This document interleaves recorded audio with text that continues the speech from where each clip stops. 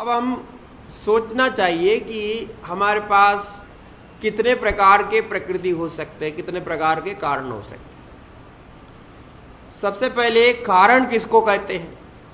कारण का लक्षण। कारण का लक्षण यह कहा गया है कि कारण हम जानते हैं, कार्य उत्पन्न होने के पहले जिसको लेकर के कार्य उत्पन्न करते हैं उसको कारण किया जाता है, कारण कहा जाता है। तो कार्य नियत पूर्ववृत्तित्वम कारणत्वम, ऐसा लक्षण किया। तो ये जो कह रहे हैं इसमें जो आवश्यक होगा तो उसको नोट करके रखना, क्योंकि इसमें आगे हम इसी पर विचार करेंगे, ये लक्षण को लेकर के अलग अलग लक्षण। अब भाष्यकार तो यहां कोई लक्षण आदि विस्तार से बताएंगे नहीं, न टीकाकार बताएंगे, कि ये सब आपको ध्यान में रखना पड़ेगा, इनका सबका भेद। तो जो कार्य नियत पूर्ववृत्ति रहते हैं उसको कारण कहते हैं, और वो नियत पूर्ववृत्ति में अनन्यथा सिद्ध भी होना चाहिए। तो अनन्यथा सिद्धत्वे सदी कार्य नियत पूर्ववृत्तित्व कारणत्व, ऐसा होता है। अब यह क्यों कहा जाता है कि कार्य नियत पूर्ववृत्ति क्यों कहा जाता है? कि कार्य उत्पन्न होने के पहले यह अवश्य रहता है, इसलिए कार्य नियत पूर्ववृत्ति होना चाहिए, पूर्व में रहेगा। पूर्व में रहने से क्या होगा? यह कार्य से भिन्न जैसा भी हो, कार्य अभी उत्पन्न नहीं हुआ है तो उसके पूर्व में रहता है। जैसा पुत्र उत्पन्न होने के पहले पिता पूर्व में रहता, इसलिए वो कार्य पूर्ववृत्ति हो गया। ये तो सामान्य बात है, किंतु वो नियत भी होना चाहिए। कार्य पूर्ववृत्ति होने मात्र से नहीं चलेगा, नियत भी होना चाहिए। ये नियत किसको कहते हैं? कि नियत होता है कि कार्य सत्वे निश्चित सतत्वम, इसको नियत कहते हैं। कार्य सत्वे, कार्य जब होता है तो उसमें निश्चित सतत्व रहेगा, निश्चित रूप से उसको रहना चाहिए, ये अन्य प्रकार से, अन्य प्रकारांतर से नहीं होगा। तो कार्य सत्वे, कार्य के रहते हुए निश्चित सत्वत्वम, तो निश्चित सत्ववत उसका रहेगा, निश्चित सत्व रहेगा। अर्थ क्या हुआ कि जो कारण होगा, जैसे मृत्तिका का कारण है, घड़ जब तक रहेगा कार्य रूप में उसमें नियत रूप से मृत्तिका को रहना ही पड़ेगा। कार्य सत्व जब होगा उसमें नियत रूप से उसको रहना पड़ेगा। यह हो गया निश्चित सदत्व, ये इसलिए उसको नियत कहा। अब उसमें एक और विशेषण लगाते हैं कि अनन्यथा सिद्धत्वे सदी, एक लगाते हैं, अन्यथा सिद्ध ना हो। अन्यथा सिद्ध का अर्थ होता है कि जब अवश्य क्लिप्त नियत पूर्ववर्तिना एव कार्य संभवे तत्सहभावित्वम अन्यथा सिद्धत्वम, ये लक्षण दिया है। अवश्य क्लिप्त नियत पूर्ववर्तिना एव कार्य संभवे तत्सहभावित्व। अर्थ यह हुआ कि जैसा विचार हम करते हैं, हमें घड़ बनाना है, घड़ बनाने के पूर्व में क्या क्या चाहिए आपके पास?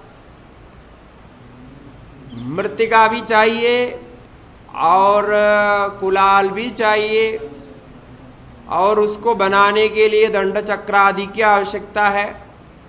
फिर उसके बाद देखा जाए तो जो दंडा आदि है वो जहां से लाया वो पेड़ आदि भी आवश्यक है, और मृत्तिका लाए तो उसमें पानी मिलाया गया, वो पानी भी उसमें नियत पूर्ववर्ती होता है। पानी को भी चाहिए, पानी भी चाहिए, पानी नहीं होने से नहीं रहेगा। ऐसे अनेक है, किंतु इन सबके साथ में जैसे अभी कुलाल है, एक व्यक्ति है, कुलाल निमित्त कारण बनकर के कार्य बना सकता है, वो अवश्य चाहिए। तो अवश्य माने निश्चित रूप से अवश्य क्लिप्त नियत पूर्ववर्ती कौन है? वो कुलाल है। कुलाल होना ही चाहिए, अवश्य होना चाहिए, निश्चित होना चाहिए और पूर्ववर्ती होना चाहिए। अवश्य क्लिप्त पूर्ववर्ती है।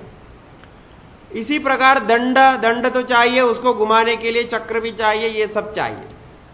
किंतु अब कुलाल के साथ में जो है, कुलाल के साथ में और क्या है, कुलाल का पुत्र है, कुलाल के परिवार है, ये भी सब उनके साथ में है। अब ये सब कुलाल के संबंधी है। अब कुलाली का घर है और कुलाल में एक धर्म रहता है, कुलालत्व, या फिर उसमें मनुष्यत्व भी रहता है, और मनुष्य होगा तो कुलाल होगा। तो अब प्रश्न होता है कि कुलाल तो कार्य कर रहा है, कारण नियत पूर्ववृत्ति आवश्यक लिप्त हो गया, किंतु वो कुलाल के साथ में जो उनके रिश्तेदार आदि है और कुलाल का जो कुलालत्व है, मनुष्यत्व है, और मनुष्यत्व चाहिए कि नहीं चाहिए? मनुष्यत्व घड़ के प्रति कारण बनेगा नहीं बनेगा, ये प्रश्न होता है। अब कुलाल के पुत्र चाहिए कि नहीं चाहिए, पत्नी चाहिए नहीं चाहिए, कुलाल का परिवार चाहिए नहीं चाहिए, ये भी प्रश्न होता है। क्योंकि वो परिवार नहीं रहेगा, उसको खाना नहीं मिलेगा, वो खाना नहीं मिलेगा तो वो घर नहीं बना पाएगा, नहीं है ना? तो वो भी कारण है क्या? अब ये प्रश्न होता है। अब मनुष्यत्व के बिना वो बनेगा नहीं। इसी प्रकार दंड है, दंडा लाया, लकड़ी टुकड़ा है, दंड लाया तो दंडा ऐसा तो मिलेगा नहीं, दंडा के लिए आपको जंगल जाना पड़ेगा। दंडा का कारण, दंड किससे संबंधित? जंगल से संबंधित रखता है, और विशेष पेड़ से संबंध रखते। तो वो वन भी आवश्यक होगा, वन भी कारण है। वन ना हो तो दंडा ना मिले, दंडा ना मिले तो घट ना बने, तो वन भी कारण हो गया। और मृत्तिका लाने के लिए, जहां घट बनाने के लिए उपयुक्त मृत्तिका प्राप्त होती है, उस स्थान से मृत्तिका को स्थानांतरण करने के लिए आपको रासभ आदि चाहिए, गधा आदि चाहिए, गाड़ी चाहिए या मोटर गाड़ी चाहिए, आजकल जो भी चाहिए, वो तो कुछ तो चाहिए होगा उसको ला करके खड़े करने के लिए। अथवा टोकरी में जो सब मृत्तिका उठा के लाएंगे वो चाहिए, तो वो भी तो कारण है ना, उसके बिना तो मृत्तिका नहीं आएगी। मृत्तिका नहीं आने पर वो नहीं बन पाएगा। ऐसा ऐसा बहुत होता है। अभी कुलाल का भोजन, कुलाल भोजन करेगा नहीं करेगा, और भोजन नहीं करेगा तो कुलाल जिंदा नहीं रहेगा, कुलाल जिंदा नहीं रहेगा तो फिर कुलाल घड़ नहीं बना सकता, तो भोजन भी घड़ के प्रति कारण हो जाए, पूर्व नियत वृत्ति है ना वो। ऐसे बहुत हो जाते। तो अब इतने में किस किस को कारण मानना ना मानना, ये प्रश्न होता है। अब दंड में रहने वाले दंडत्व, और दंड के संबंध रखने वाले वन, और मृत्तिका से संबंध रखने वाले रासभ आदि आदि जो भी होगा, इनको सोचने पर ये सभी कारण है। अब ऐसे में इतना सबको कारण मान नहीं सकता है, मानने की आवश्यकता नहीं। इसीलिए वहां विशेषण जोड़ते हैं कारण में। कारण कहे तो किसी को भी पकड़ के कारण बना दिया जाए, ऐसा नहीं। उसके साथ संबंध, उसके संबंध, उसके संबंधी, फिर उसके संबंधी, ऐसे चलता रहेगा बहुत कारण। तो बोला ऐसा नहीं, अवश्य क्लिप्त नियत पूर्ववृत्ति जो है उससे कार्य संभवे, कार्य हो जाने पर तत्सहभावित्वम, वो तत्सहभावी जो होगा उसको अन्यथा सिद्ध माना जाएगा, और जो अन्यथा सिद्ध ना हो वो अनन्यथा सिद्ध होगा। इसका मतलब हमें घड़ के प्रति कुंवार के जो भोजनादि है उसको कारण नहीं मानना है, पुत्र को कारण नहीं मानना, मनुष्यत्व आदि को कारण नहीं मानना, और दंड आदि की दृष्टि से वन को कारण नहीं मानना, रासभ को कारण नहीं मानना, क्योंकि वो तत्सहभावी है, वो उसके साथ रहता है, वो सीधा इससे संबंध नहीं करता। रासभ वहां खड़े रहेंगे तभी घड़ बनेगा, ऐसा नहीं होता है।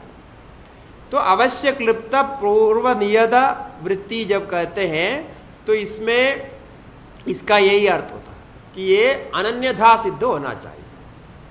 तो अवश्य अनन्यथा सिद्ध हो, अन्यथा सिद्ध है ये सब बाकी, इसलिए उनको कारण नहीं माना जाता है। इसलिए कारण का लक्षण ऐसा होगा, अनन्यथा सिद्धत्वे सदी कार्य नियत पूर्व वृत्ति कारणम, ये कारण का लक्षण होगा।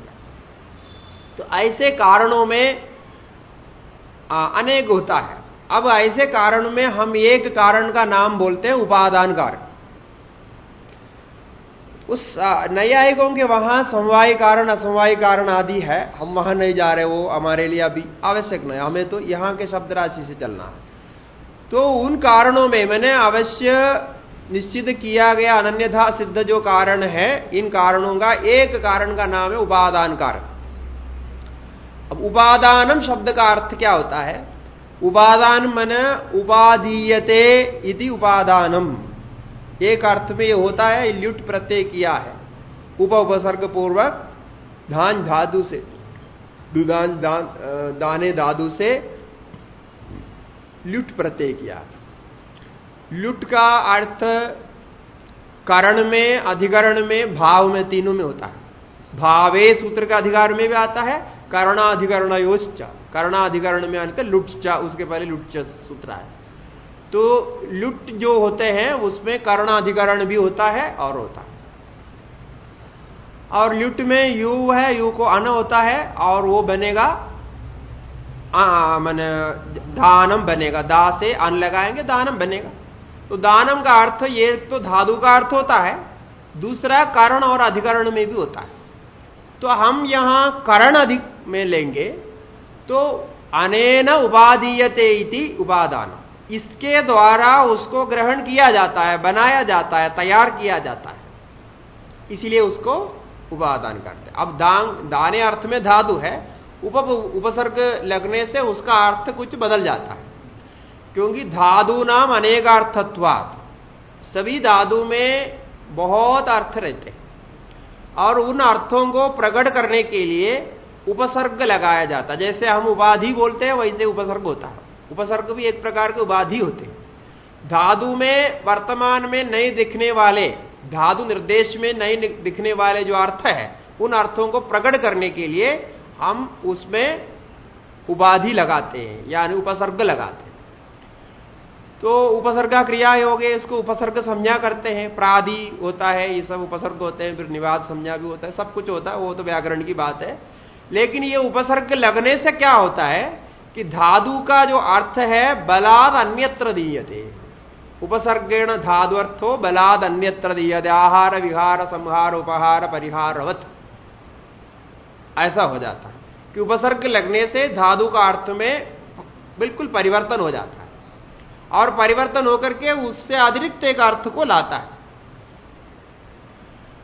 आहार उपहार संहार विहार परिहार, ये जो तो सब हृ धातु से बना, हृ धातु से ये सब बना है, लेकिन सबका अर्थ अलग है। आहार का अर्थ, संहार का, उपहार का अर्थ अलग अलग होता है। ऐसा ही यहां उपसर्ग लगाया तो दान धातु से यहां देने अर्थ में नहीं, ग्रहण करना अर्थ हो गया, उपादान मन ग्रहण करना हो गया। तो जो बनाने के लिए, जिसको बनाने के लिए हम कुछ ग्रहण करते हैं उसको उपादान किया जाता है, कहा जाता है। तो अब घट बनाने के लिए हम मृतिका का ग्रहण करते हैं तो वो उपाधि यदि अने नहीं उपादान, ऐसा कहा जाता है। अभी कभी अधिष्ठान को भी उपादान कहते हैं। अब ये इसी को ही जब अधिष्ठान कहेंगे तो उपादान होगा, इसके बारे में बाद में बताएंगे, पहले इसको समझेंगे। तो उपादान कारण का क्या लक्षण हो सकता है? तो उसमें यह लक्षण दिया, कार्यान्वितम कारणम उपादानम, यह लक्षण किया। कार्य अन्वित कारण जो रहेगा, इसीलिए यह लक्षण याद रखना है, क्योंकि आप कारण जब कहते समय निमित्त कारण उपादान कारण हम कहते हैं, तो उपादान कारण का यह स्वरूप रहता है, वो कार्य में अन्वित रहता है हमेशा। कार्य से उसको अन्वित ही जानना पड़ेगा, जो अन्वित जाना जाएगा, अन्वित मन संबंधित रहेगा, कार्यान्वित कारण ये कहा गया। ये तो सामान्य लक्षण है उपादान का। कुछ विशेष लक्षण भी वेदांत में किया। तादात्म्यापन्नम कार्यजनकम कारणम उपादानम, ऐसा लक्षण किया जो वेदांत की दृष्टि से अधिक उचित है। तादात्म्य संबंध से, तादात्म्य आपन्न होकर के कार्यजनक जो होगा वो तादात्म्यापन्न कार्यजनकम कारणम उपादानम, कार्यान्वित कारण उपादानम सामान्य लक्षण है। अब यहां तादात्म्य आपन्न रहेगा। तादात्म्य आपन्न रहना का अर्थ है कि जो कारण बना उस कारण के साथ, कार्य के साथ कारण एक रहेगा और कारण का तादात्म्य संबंध कार्य में मिलेगा। ये क्यों जानना चाहिए? तादात्म्य संबंध का अर्थ होता है तदात्म्य एवं तादात्म्य, उसका स्वरूप जो होगा, जो जो जिसका स्वरूप है कारण का, वो स्वरूप यहां रहेगा। इसीलिए हम कार्य और कारण में तादात्म्य से अतिरिक्त और कोई संबंध नहीं मानते। तादात्म्य संबंध होता है, कहने के लिए वो संबंध है, किंतु कोई संबंध नहीं होता, वस्तु वही होती है। जैसे समवाय संबंध हो या संयोग संबंध हो, अन्य अन्य प्रकार के संबंध है, अधिष्ठान अधिष्ठेय भाव संबंध, वाच्यवादक भाव संबंध, संबंध अनेक प्रकार के। इनमें सबसे विलक्षण संबंध है तादात्म्य संबंध।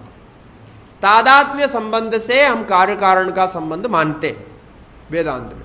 इसीलिए जो कारण ब्रह्म से उपादान होकर के जगत बना, कारण ब्रह्म ज्यों का त्यों अपरिवर्तित रूप में जगत में तादात्म्य संबंध से रहेगा, क्योंकि तादात्मा को वो त्याग करके कार्य बना नहीं, इसीलिए वो तादात्म्य में रहेगा। ऐसा हम संबंध मानते।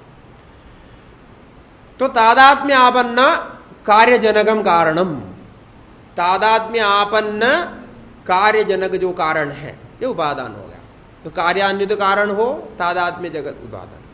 अब हम जगत का जब कारण बताते हैं,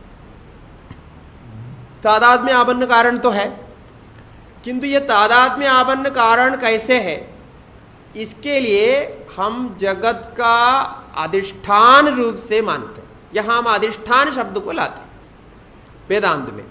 तो ब्रह्म को कैसे तादात्म्य आपन्न कारण माना गया? अधिष्ठान के रूप में माना गया, अधिकरण के रूप में माना गया। वैसा अधिकरण अधिष्ठान में थोड़ा भेद होता है, लेकिन अधिष्ठान समझ लीजिए, अधिकरण अभी फिलहाल समझ लीजिए, फिर हम बताएंगे उसका भेद। तो जगत अधिष्ठानत्व ब्रह्म का जब प्राप्त होता है तो जगत आकारेण परिणामित्व भी उसको प्राप्त हो जाएगा, कि जो आकार उसको प्राप्त हो गया जगत को, वो ब्रह्म से अतिरिक्त नहीं है, अधिष्ठान रूप में। जैसे सर्प का जो आकार है वो रज्जु के आकार से संबंधित है, अधिष्ठित है।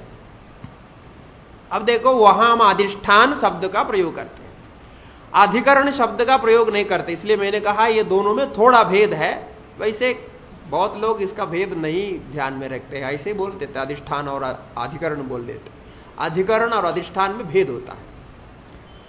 अधिष्ठान में क्या होता है कि अधितिष्ठति अस्मिन्निति अधिष्ठान, ये एक अर्थ होता है, और अधिष्ठीयते अनेन इति अधिष्ठान, तो उधर भी लुट प्रत्यय लगा हुआ स्था धातु।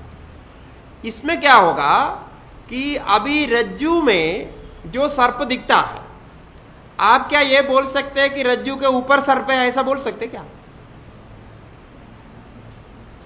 ऐसा नहीं बोल सकते।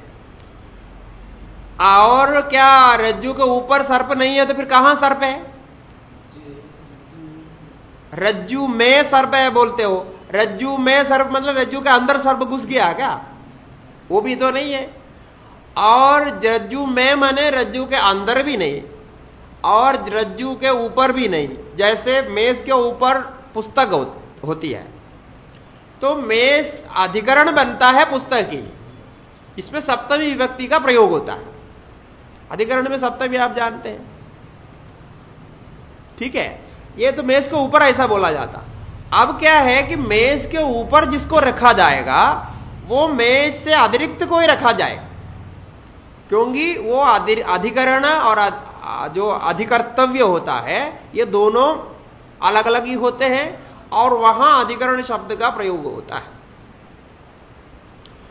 किंतु अधिष्ठान शब्द का और इस अर्थ में भी कभी कभी होता है, लेकिन विशेष अर्थ इसका ये होता है, अधिष्ठान कहने पर वेदांत में अधिष्ठान शब्द का प्रयोग ज्यादा होता है। इसलिए कि अधिष्ठान कहने पर उसके ऊपर या उसके अंदर ऐसा अर्थ में नहीं होता, ऐसा अर्थ होना जरूरी नहीं ये है। तो अब रज्जु के ऊपर सर्प नहीं है, रज्जु के अंदर भी सर्प नहीं है, किंतु रज्जु के बिना सर्प नहीं है। समझ रहे हैं? मैं वो भेद को आपके मन में डालने का प्रयास कर रहा हूं। ये दोनों तो नहीं कह सकता, गलत है। आप भी बोलेंगे कि रज्जु के ऊपर सर्प कहना गलत है, रज्जु के अंदर सर्प कहना गलत है। ये दोनों सप्तमी विभक्ति अर्थ में अधिकरण के लिए होता है, किंतु रज्जु के बिना सर्प नहीं हो दिखाई पड़ता, ऐसा जब कहते हैं तब हम उसको अधिष्ठान कहते हैं। तो इसीलिए आदितिष्ठति अनेन ऐसा अर्थ में होगा, इसके बिना उसका अस्तित्व नहीं दिखाई पड़ेगा, उतना मात्र देना है। वो अंदर है कि बाहर है कि ऊपर है कि सिर में है पूंज में है, इससे कोई अतिरिक्त नहीं। ये देखिए, ये बहुत ध्यान से आप इसको नोट करके समझ करके रखना कि इसलिए कि हम जो उपादान कारण कहते हैं, उपादान कारण का लक्षण अलग हो गया, वो तादात्म्य संबंध से वहां कहा, और उसके बाद अधिष्ठान भी अधिकरण शब्द का भी प्रयोग करते हैं। तो अधिकरण अधिष्ठान को कभी एक नहीं समझना, ये अर्थभेद है इसमें, ऐसा इसलिए अर्थभेद होता है। और बाकी सामान्य में लौकिक में अधिकरण अधिष्ठान सब एक करके मान करके चलते हैं, वो अलग है।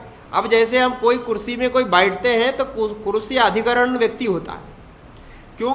फिर भी वहां अधिष्ठान नहीं कहते, वो कुर्सी के बिना व्यक्ति हो नहीं हो, ऐसा नहीं होता। यहां ऐसा नहीं है, यहां तो रज्जु के बिना सर्प का, वो दृश्यमान सर्प का अस्तित्व नहीं होता है। ये विशेष चीज अधिष्ठान में आता है, इसीलिए अधिष्ठान को अधिष्ठान मानते। अधिकरण में ऐसा नहीं आता है, अधिकरण के बिना भी वो रहता है, जो वस्तु है वो रहती है, इसीलिए उसमें थोड़ा भेद होता। अधिकरण एक निश्चित काल संबंध से होता है, वो रहेगा।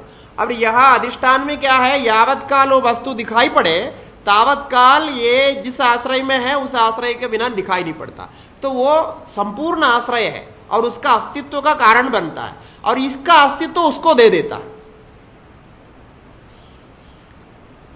ये एक अधिष्ठान में विशेष है। क्या है, देखो अधिष्ठान की बात करते ही हमारा पूरा इसमें चला जाए, क्योंकि ये जो अधिष्ठान बोलने से अब अधिकरण से अतिरिक्त क्या हो गया कि अधिकरण जो है, अधिकरण का अस्तित्व अधिकर्तव्य को नहीं देखता है, नहीं देता है, वो तो केवल उधर संबंध से बन करके बैठता है। किंतु अधिष्ठान में क्या है, संबंध से रहता ही है, किंतु वो अधिष्ठेय जो है उसका अस्तित्व अधिष्ठान के अस्तित्व से संबंध करता है, इसीलिए वो अधिष्ठान से अतिरिक्त नहीं होता, अधिष्ठान अपने अस्तित्व को आदान कर देता है अधिष्ठेय पर, यह अधिष्ठान में विशेष होता है। इसका मतलब जो अयम सर्पः जब हम कहते हैं तो इसमें जो इदम अंश है, वो इदम अंश आप जानते हैं इस प्रक्रिया को, इदम अंश अधिष्ठान रूप रज्जु के इदम अंश से अनतिरिक्त है, अलग नहीं है। अयम सर्प का जो इदम अंश जो मुख्य है उसका अस्तित्व उसी पर आधारित है। अब वो किसका है, वो अधिष्ठान के अनतिरिक्त है। लेकिन यहां टेबल में पुस्तक जब बोलते समय पुस्तक का अस्तित्व ये इसका अस्तित्व से अनतिरिक्त नहीं है, वो अतिरिक्त है, वो इसका संबंध किया, तात्कालिक कुछ संबंध किया, ऐसा होता है। तो इसीलिए वो अधिकरण नहीं है, वो अधिष्ठान होता है।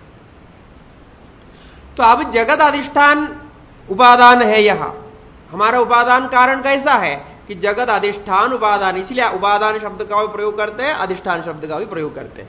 तो हमारे अर्थ में कुछ लोग तो इस पर विवाद करते हैं कि ये बोलते हैं कि हम विवर्त कारण बोलने के लिए अधिष्ठान कहते हैं और परिणाम प्रक्रिया से कार्य कारण संबंध दिखाने के लिए उपादान कहते हैं, ऐसा मानते हैं। किंतु ये कुछ हद तक ठीक है, लेकिन वास्तविक ऐसा नहीं है।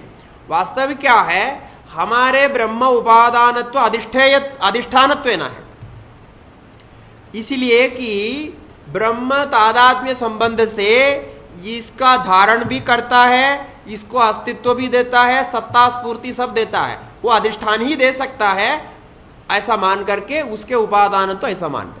तो कार्य कारण प्रक्रिया चलाते समय हम उपादान कह देते हैं, किंतु अधिष्ठानत्वेन उपादान है वो। इसीलिए यहां जब उपादान कारण कहेंगे तो क्या कहेंगे, जगत अधिष्ठानत्वम, जगत अधिष्ठानत्व कहेंगे, ठीक है। किंतु ये ध्यान रखना, इसमें एक और गलती वेदांत में होता है, माना जाता है, सुना जाता है। ये क्या है कि जीवात्मा और परमात्मा में भी अधिष्ठान मान लेते हैं। जीवात्मा का अधिष्ठान परमात्मा है ऐसा मान करके भी कहा जाता है। ये सही है गलत है? ये गलत है। जीवात्मा का अधिष्ठान परमात्मा है ऐसा नहीं कहना चाहिए। वो क्योंकि जीवात्मा परमात्मा का अवस्थांतर है, यानी वो अवस्थित है रीति काश कृष्ण अभी हम विचार करके आ रहे हैं, वहां अधिष्ठान शब्द को नहीं प्रयोग करते। किंतु वेदांत प्रक्रिया प्रचलित प्रक्रियाओं में ये साक्षी प्रक्रिया में बहुत बल देने से वो साक्षी सबका आश्रय है, सबका अधिष्ठान है, सबका आत्मा अधिष्ठान है ऐसा बोला जाता है। उतना समझने के लिए बोला जाता है। वो वास्तविक अधिष्ठान संबंध भी वहां नहीं मानते हैं, कोई संबंध हम नहीं मानते हैं। इसीलिए संबंध नहीं मानने से वो प्रतिबिंब न्याय से काम लेते हैं या अवच्छेदवाद से आभासवाद से काम लेते हैं, इसलिए मानना पड़ेगा। अधिष्ठान बोलने पर ऐसा नहीं होता है। अधिष्ठान माने वो दोनों का सत्ता पूर्ति संबंध मान करके उसका रूप होता है, उपादान मान करके भी होता है, और उपाधि के कारण है ऐसा मान करके होता है।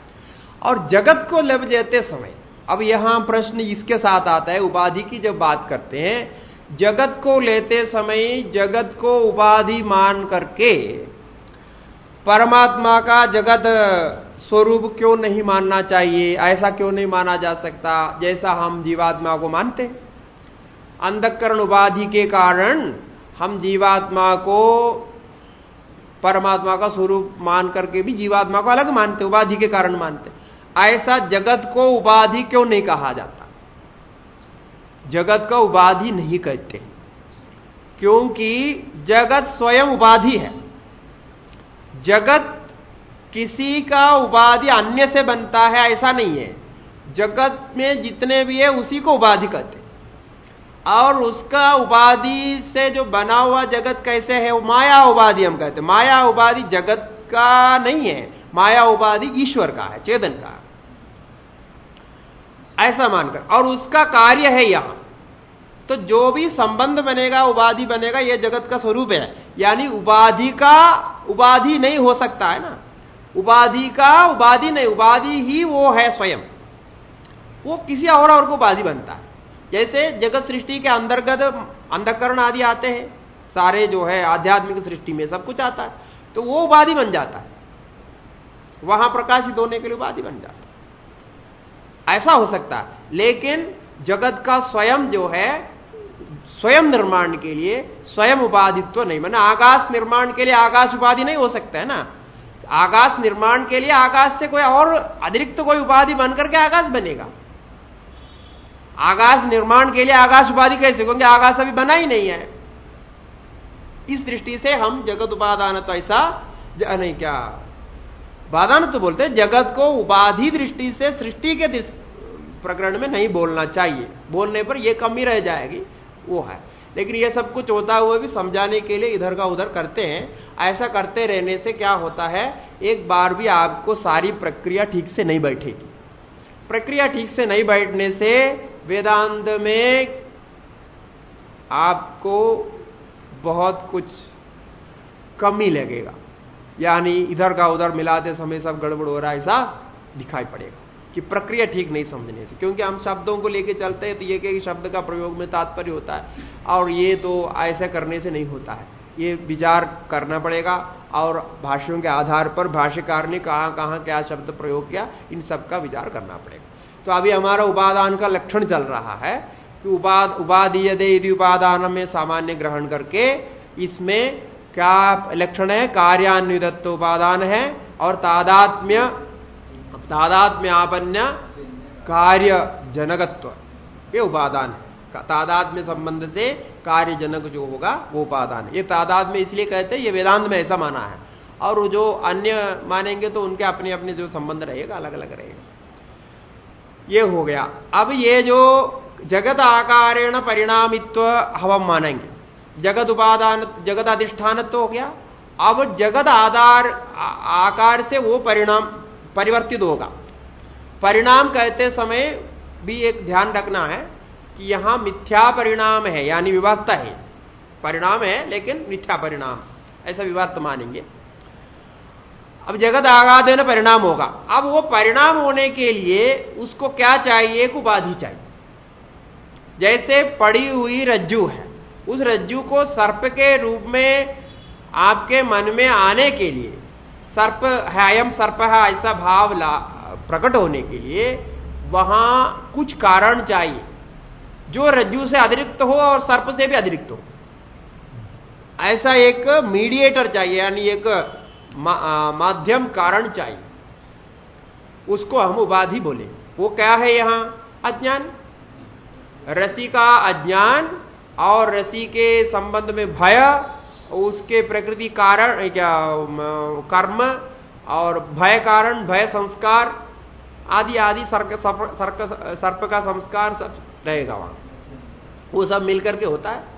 अब सब मिला करके हम कहेंगे वो उसका ज्ञान नहीं होना कारण हो गया, तो वो वहां बनेगा। अब वो कहां रहता है? वो अज्ञान अंधकरण में रहता है, इसलिए अंधकरण के द्वारा ही वो सारा विचार होता है। क्योंकि आप जब सोए हुए होते हैं रज्जू में सर्प नहीं देखते, समाधि में रहते हैं रज्जू में सर्प नहीं देख सकते, अंधकरण जागृत है तो सर्प रज्जू में सर्प देख सकते आदि बहुत कुछ है, तो मान लो वहां ये उपाधि बने। इसी प्रकार स्वतः अपने रूप में परिनिष्ठित रहने वाले जो ब्रह्म है, चिदात्मा है, उस चिदात्मा को जगत आकार रूप से परिणत होकर के दिखना है, इसके लिए भी एक माध्यम चाहिए। उस माध्यम को हम माया कहते हैं, जो शक्ति त्रयात्मक माया है या गुणत्रयात्मक माया है। तो मायात्मक वहां परिणामित्व होगा। ठीक है, यह है हमारी उपादान की स्थिति। क्या क्या हो गया? एक तो तादात्म्यापन्न कार्य जनकत्व रहेगा और उसको जगत अधिष्ठान रूप से माना जाता है, और वो जगत अधिष्ठान तो होकर के जगत आकारण में परिणत होने के लिए माया को उपाधि माना जाता है। इतना उपादान कारण के संबंध में हो गया। एक कारण ये हो गया उपादान। दूसरा कारण होता है निमित्त कारण, जिसके बारे में यहां भी चर्चा है।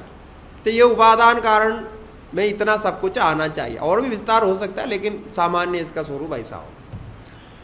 निमित्त कारण क्या होता है कि जो उपादान कारण है, उपादान कारण से अतिरिक्त होता हुआ कार्य नियत पूर्ववृत्ति होगा, उसको निमित्त कारण मानते हैं।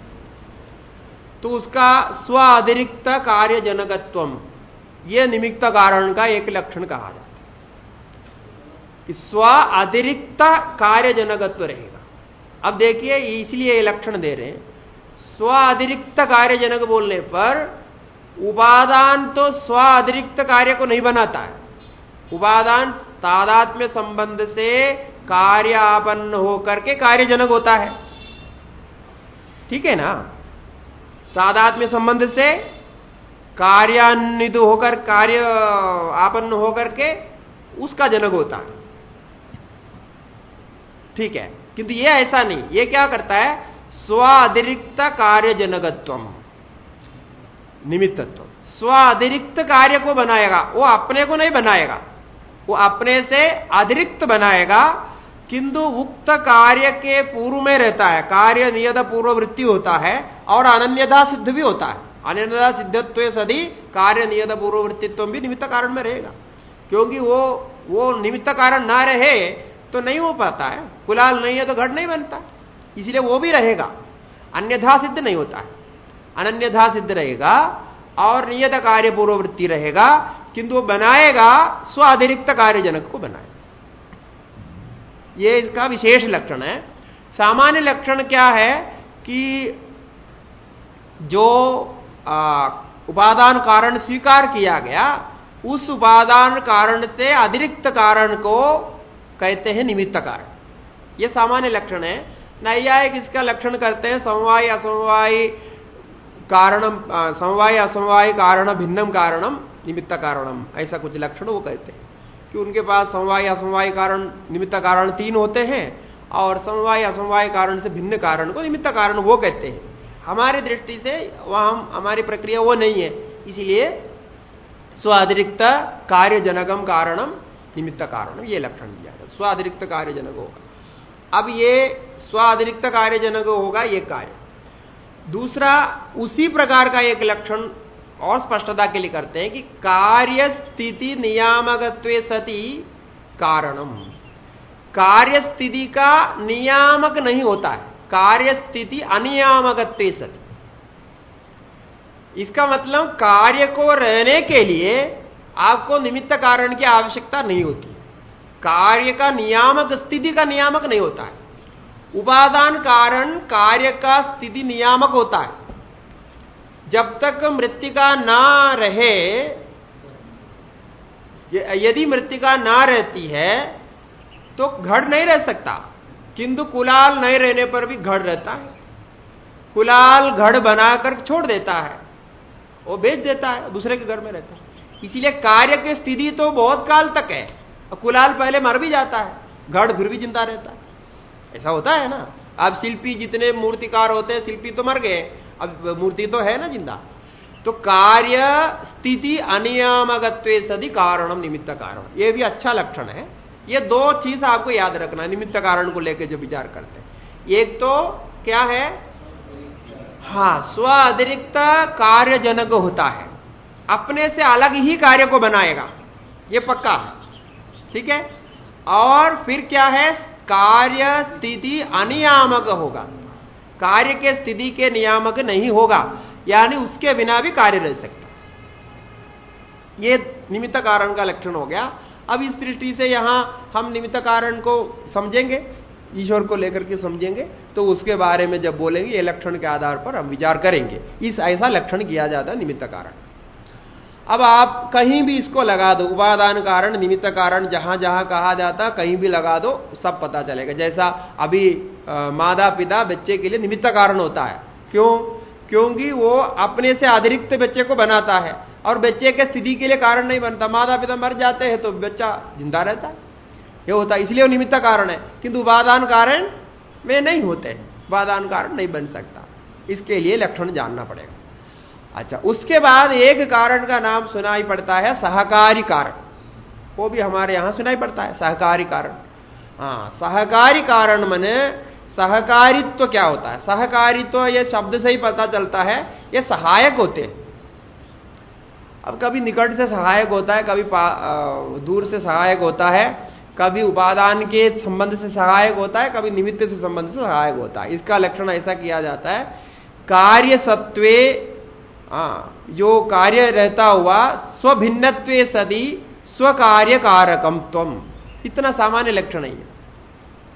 स्वभिन्नत्वे सति, स्वभिन्नत्वे सति स्व कार्य कारकत्व, स्वभिन्नत्वे सदी, वो जो सहकारी कारण होगा उससे वो भिन्न होता है, जो भी कार्य बनेगा वो भिन्न रहेगा, तो स्वभिन्नत्व रहेगा और स्वकार्य कारक भी रहे, वो अपने कार्य का निर्माण भी करेगा। जैसे उदाहरण के लिए मृत्तिका कार्य है घट, वो घट का ये कार्य होता है दंड का, सहायक कारण होता है दंड।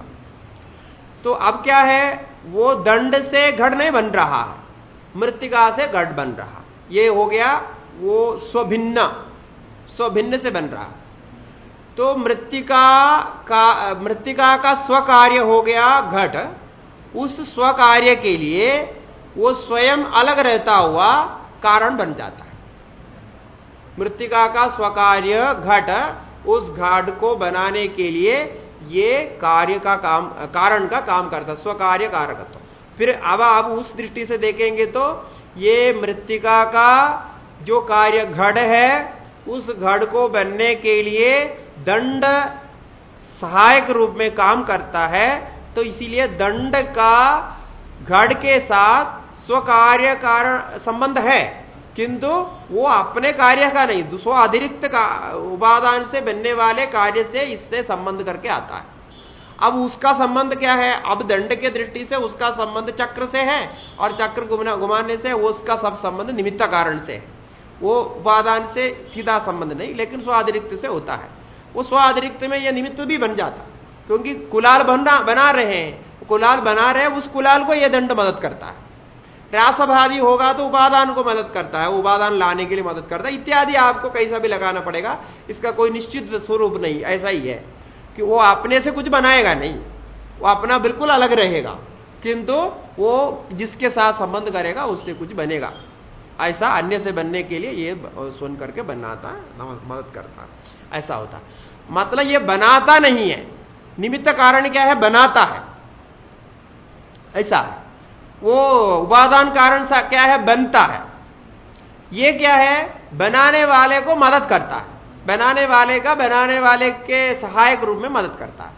यही इसका सहकारी कारण का संबंध मैंने स्वभिन्न होता हुआ स्वकार्य कारकत्व रहेगा। अपने से भिन्न होता हुआ जो कार्य संपन्न हो रहा है उसका स्वकार्य कारकत्व ये मान करके चलते हैं। जैसे घड़ आदि में दंड आदि को सहकारी कारण मानते हैं, निमित्त कारण नहीं मानते। कोई कोई निमित्त कारण भी कहते हैं। अब निमित्त कारण हम चेदन को मानते हैं, इसलिए हम दंड आदि को सहकारी कारण मानते हैं। तो इतना ध्यान रखना है कि जहां जहां निमित्त कारण होगा उसको सामान्य दृष्टि से हम चेदन मानते हैं और बाकी को सहकारी कारण के लिस्ट में रखते हैं। यही आपको चित्र बनाना पड़ेगा। एक तो उपादान कारण रहेगा, वो चेदन हो सकता है, अचेतन हो सकता है, ऐसा कुछ हो सकता है, लेकिन वो अचेतन मान करके प्रक्रिया चलाते हैं। बाद में चेतन ब्रह्म चेतनत्व भी उसमें आता। हमारे लिए तो ब्रह्म चेतन है, वो उपादान रहेगा। और निमित्त कारण तो निश्चित रूप से चेतन होगा, चेतन होना है, ऐसा मान करके चलते हैं। किंतु कहीं कहीं निमित्त शब्द का अचेतन में प्रयोग होता है, लेकिन सामान्य से ऐसा है। फिर जो सहकारी कारण होगा वो तो चेतन होना कोई आवश्यक नहीं है, वो अचेतन भी हो सकता है, कभी चेतन भी हो सकता है। जैसा रासवादी वो तो चेतन भी हो सकता है, तो अचेतन भी वो काम कर सकता है। ये इसमें भेद होता है। यानी उपादान में चेतन अचेतनत्व का विभाग नहीं करते हैं। वो हमारी दृष्टि से चेतन भी हो सकता है और सांख्य आदि की अन्य द्वैतवादियों की दृष्टि से अचेतन हो सकता है। निमित्त कारण होगा तो अवश्य चेतन होगा, ये सभी वादी ने माना है। और सहकारी कारण चेतन अथवा अचेतन हो सकता है, ज्यादा स्तर अचेतन होता है। कभी कभी चेतन को भी सहकारी कारण माना जा सकता है। ये दृष्टि है। और ये 3 कारण हो गया। अब इसमें हम परिणाम और विवर्त और आदि जो अन्य प्रकार है इसके बारे में कहेंगे।